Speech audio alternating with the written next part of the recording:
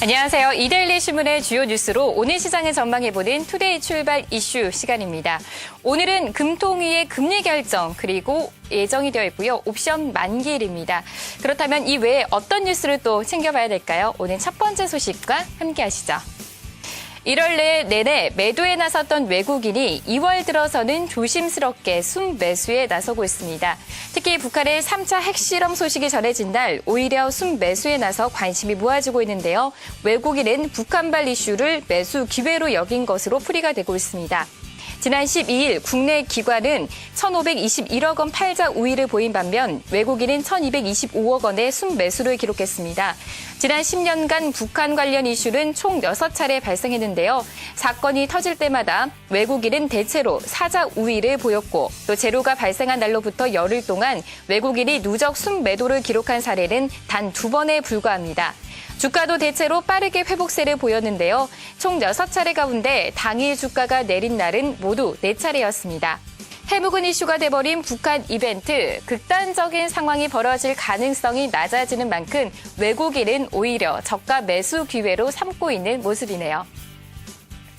예, 세상이 많이 바뀐 것 같습니다. 예전 같으면 북한이 이제 뭐 핵실험했다 그러면은 뭐 라면 사재기도 하고 그럴 텐데 증시에서는 그렇게 큰 반응이 없었죠. 오히려 외국인들은 어제도 1,000억 원대 매수세 보였고 그제도 1,200억 원대 매수세 보였다라고 하는 점은 외국인 입장에서도 북한의 이슈는 그렇게 큰 재료는 이제 아닌 것으로 그렇게 보는 듯 싶습니다.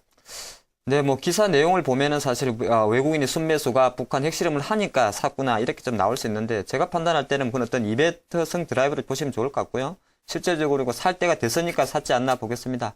사실 이번 3차 핵실험 같은 경우 여러 가지 좀 특징이 있었어요. 왜 그러냐면 발사 당일에도 실제적으로 시장 분위기는 나쁘지가 않았다는 겁니다. 실제적으로 그날 장의 조정폭도 지난 1, 2차보다는 상당히 낮았고요. 또 하나가 주식시장보다 오히려 외환시장이나 채권시장의 동요는 거의 없었다 정도 보면 이미 시장에서 북한의 전형적인 스토리죠. 미사일을 발사하고 유엔 제재가 강화되면 바로 핵실험을 강행하는 그런 시나리오에 좀 익숙해 있다. 그리고 핵실험 자체가 사실 이번에 미리 좀 예정된 것도 있었고요. 또 가장 이례적인 것은 하루 전에 통보했다는 겁니다. 미국이라든지 중국 쪽에 그런 흐름이 있었기 때문에 외국인 입장에서는 실제적으로 많은 매도가 나와가지고 그걸 밑에서 받아먹어서 주식을 샀다는 그런 내용보다도 살 때가 되니까 샀지 않나 그런 생각도 잠깐 해봅니다. 예, 이 워낙에 이제 북한의 이슈가 심리적으로 그렇게 큰 영향을 주지 않는 그러한 상황이 된 거죠. 북한이 극단적으로 가지는 않는다라는 그러한 시나리오가 외국인들에게도 먹히는 것 같습니다. 자, 그렇다면요. 외국인들이 어제 이제 집중적으로 매수한 종목들을 우리가 찾아보게 된다면은 자, 앞으로 어떤 시장에서의 대응 전략에도 좋은 팁이 되지 않을까 싶은데요. 자, 어제와 그제 사이에 외국인들이 집중적으로 매수한 종목들 어떤 종목들이 있을까요? 근데 사실 종목을 보니까 이제 금액적으로 사실 많지 않습니다. 한 1,000억 정도 이상 들어왔는데 그래도 시가총액 상위 종목이 좀 들어온 것 같고요. 잠깐 좀 집계를 해봤더니 핵실험 당일에는 대표적인 시가총액 상위 종목이라 할 수 있는 삼성전자, 현대차, 모비스, NHN 같은 종목 좀 매수했던 것 같고요.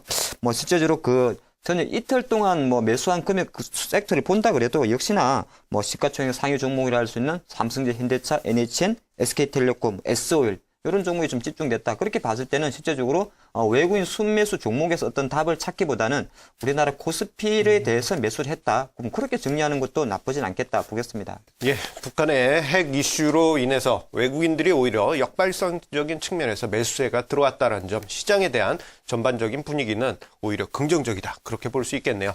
자, 시장에 대한 이러한 얘기 드렸고요. 그러면 두 번째로는 자, 이 재밌는 얘기를 한번 진행해 보도록 하겠습니다. 네, 두 번째 뉴스입니다. 명품의 굴욕이라는 제목이 눈에 띄고 있는데요. 백화점들이 앞다퉈서 해외 명품 브랜드 할인 행사를 시작한다는 소식입니다. 바로 콧대 높은 해외 명품 및 패션 브랜드들이 최대 80%까지 할인 행사를 계획해 관심이 모아지고 있는데요. 유통업계에 따르면 신세계는 300억 원 상당의 물량을 투입하고 50개 브랜드가 참여할 계획이라고 합니다. 이는 역대 명품 할인 행사 중 가장 큰 규모인데요. 젊은 층을 타깃으로 한 명품 브랜드의 투입도 눈에 띕니다. 현대백화점은 국내에서 인지도가 높은 브랜드들이 대거 참여, 다양한 제품을 선보일 계획이고요. 롯데백화점 또한 전년 대비 30% 이상 규모를 확보해 해외 명품 대전을 실시합니다. 이번 할인 행사는 바로 불황 여파를 피해가기 위한 것으로 풀이가 되고 있습니다. 해외 명품 브랜드도 불황 피해는 피해갈 수 없는 모습입니다. 네, 명품들이 또 할인한다니까 우리 명품 좋아하시는 분들은 많이 좀 반가운 소식 같은데 사실 보면은 2월 달이라서 또 명품 할인한다는 이야기 나오다 보니까 2월이라는 계절적 요인도 좀 있지 않겠습니까? 그런 관점에서 보면 기사에 조금 속속들이 들어있는 내용을 좀 살펴볼 필요가 있지 않나 보겠습니다. 예, 그런데 이번에 이 할인 판매 규모가 제법 큰 규모라고 볼 수 있겠는데요. 전반적으로 봤을 때 이제 뭐 현대백화점 같은 경우에는 한 80% 정도까지도 파격적인 할인 판매가 단행이 되고 롯데백화점 또한 80% 가까운 할인 판매가 있을 예정이라고 합니다. 자, 그런데요, 이렇게 명품 브랜드가 주요 백화점에서 이렇게 파격적으로 할인 판매하는 내용을 쭉 보게 되면요, 가장 중요한 게 이 해외 브랜드가 워낙에 이제 고가 상품이 많지 않습니까? 그런데 자, 지난 1월에 매출액이 전반적으로 감소하는 10% 가까이 감소하는 그런 모습을 보이면서 좀 전반적인 어떤 분위기, 명품에 대한 분위기가 바뀌었다라고 그렇게 볼 수 있겠죠. 네, 그렇습니다. 뭐 실제적으로 할인되는 내용을 보니까 거의 다 패션이 좀 많습니다. 패션이 많다는 건 지금이 계절적으로 이제 2월 달이기 때문에 약간은 재고 조정 전략으로 좀 보시면 좋을 것 같고요. 사실 여기에 보니까 우리가 좀 많이 아는 뭐 G모사, 뭐 P모사의 어떤 큰 가방은 많이 없습니다. 대부분이 좀 패션이다 보니까 뭐 아르마니라든지 돌체가바네 같은 약간은 명품입니다만은 패션 쪽에 많은 그 할인을 많이 한다. 이렇게 봤을 때는 7, 80%의 할인 효과에 대해서 과연 이것이 백화점 매출로 이어질까에 대한 고민은 저는 좀 안 해도 되지 않나 보겠습니다. 원래 통상적으로 의류 패션 업종 같은 경우는 가장 중요한 것이 재고떨이만 해도 본전을 유지한다는 겁니다. 그래서 약간 재고떨이용으로 좀 보시면 좋을 것 같고요.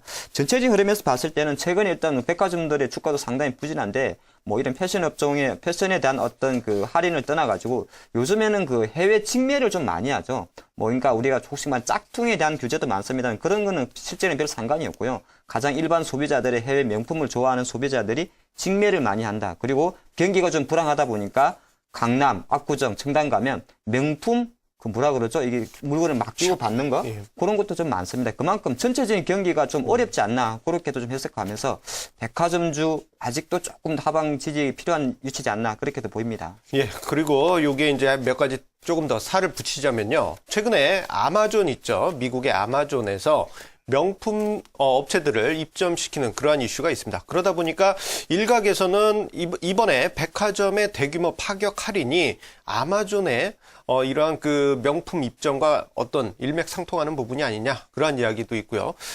그렇다면은 이제 관련해 가지고 백화점주들의 전반적인 매출 규모의 감소 가능성 우리가 걱정을 해봐야 되겠습니다. 특히 이 명품의 매출이요, 지금 현재 백화점 전체 매출의 20% 가까이 된다라는 점에서 이 백화점주들의 매출 규모 사실 조금 걱정이 된다라고 볼 수 있겠습니다. 자, 이렇게 백화점주 관련해 가지고 최근에 명품 이슈 분석을 해드렸고요. 마지막으로는 약간 걱정스러운 그런 주제를 다뤄봤습니다. 네, 세 번째 뉴스입니다. 쌍용 관련주들이 그룹 해체 이후 여전히 갈피를 잡지 못하고 있는 모습입니다. 쌍용건설은 부도 위기에 몰리며 거래가 정지된 상태고요. 쌍용차는 대규모 유상증자설에 주가는 약세를 거듭하고 있습니다. 이달 들어 쌍용건설의 주가는 30% 가까이 급락한 상황이고 지난 8일 쌍용건설의 매매가 정지됐습니다. 거래 재개 여부는 4월이 들어서야 결정될 것으로 보입니다. 쌍용차 역시 힘든 나날을 보내고 있습니다. 2009년 쌍용차 사태 이후 바람잘 날이 없는 시간이 이어지고 있는 쌍용차. 2만 원대의 주가는 6천 원대로 주저앉았습니다. 1,000억 원 상달의 유상증자설이 흘러나오고 있는 쌍용차에 대해 한국거래소는 구체적인 내용의 조회 공시를 요구한 상황인데요.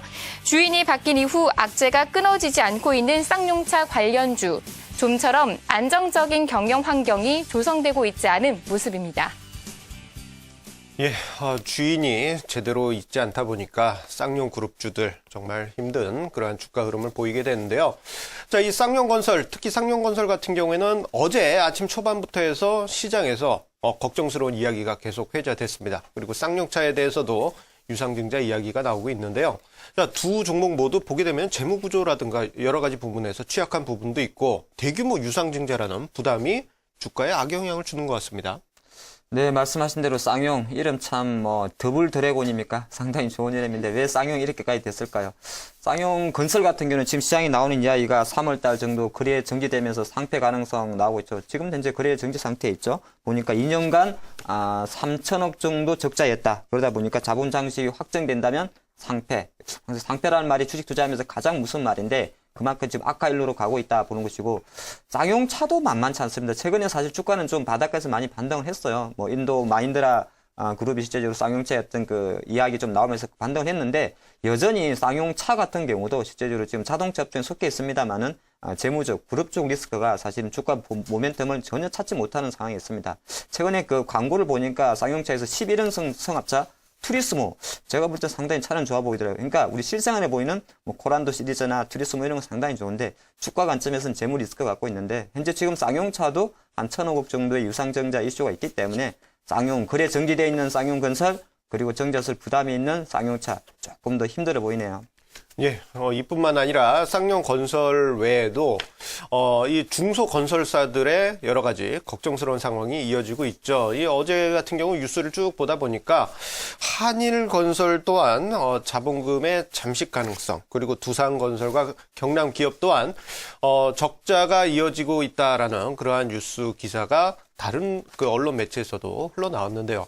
최근에 이제 건설주들의 이러한 재무적인 리스크가 가중되고 있다라고 한다면요, 우리가 생각을 해봐야 될 점 중에 하나가, 자, 어제 우리 방송 중에 코스닥 살생부 이야기를 하지 않았습니까? 2월에는 코스닥 살생부를 조심하자, 그렇게 이야기를 드렸는데, 거래소와 코스닥 시장에서의 건설주 같은 경우 이번에 이러한 살생부가 2월 말부터 해서 본격적으로 회자될 가능성이 높다라고 저는 개인적으로 보고 있습니다. 따라서 부채 비율이 한 300%가 넘어가는 건설주들에 대해서는 좀 경계를 해야 되지 않느냐, 저는 이렇게 이 뉴스에서 그렇게 생각을 하게 됩니다. 네, 그렇습니다. 어저께는 이제 코스닥 시장에 대해서 2월은 2, 3월은 상패 시절이니까 재무 상태라든지 적자 기업 좀 주목하자 이야기 드렸는데, 코스피에서 가장 골칫덩어리가 바로 건설회사입니다. 실제로 건설회사 같은 경우는 재무 상태가 좋을 수가 없죠. 왜? 빚내서 집 짓고 일단 짓고 나서 분양금 받아가지고 계속 하는 그런 구조인데 경기가 안 좋지 않습니까? 제 지인이 실제적으로 국내 이제 도로공사에 다니시는데, 그분이 그러다 보니까 설날에 그런 말씀하십니다. 도로공사 다니다 보면 토목회사들, 그러니까 그 아파트를 짓는 것 말고 토목하는 회사들, 그 업체들을 많이 아는데 힘들다 그럽니다. 그만큼 실제적으로 3월달 정도 되면 코스피에서는 실제적으로 중소형 건설사의 재무 리스크가 다시 한번 조금 더 상패 리스크라는 걸 둔갑하면서 좀 부담이 될 수 있다는 걸 생각하시면서 향후 2, 3월 동안에 건설적 투자를 하실 때는 철저하게 국내 픽5 위주의 대형 건설사 위주로만 접근하시고, 중소형 건설사는 조금 주가는 가볍게 움직일지라도 리스크 관리를 하는 게 어떨까 싶습니다. 예, 만약에 시청자님들 중에서 건설주 가지고 계신 분이시라면요, 재무제표 한번 보시면서 부채 비율 300% 넘어갔거나 자본 잠식이라는 글씨가 있는 그러한 종목 같은 경우에는 좀 투자에 주의를 하셔야 되겠다라는 점 다시 한번 강조드리겠습니다. 네, 오늘도 세 가지 뉴스 다 살펴봤습니다. 외국인이 최근 들어 4거래 연속해서 순매수에 나서고 있습니다. 그런 만큼 외국인이 많이 사는 종목을 눈여겨보시면 좋을 것 같네요. 자, 오늘도 계속해서 주식시장 중개석과 함께 하시면서 성공 투자하세요. 지금까지 김민주였습니다.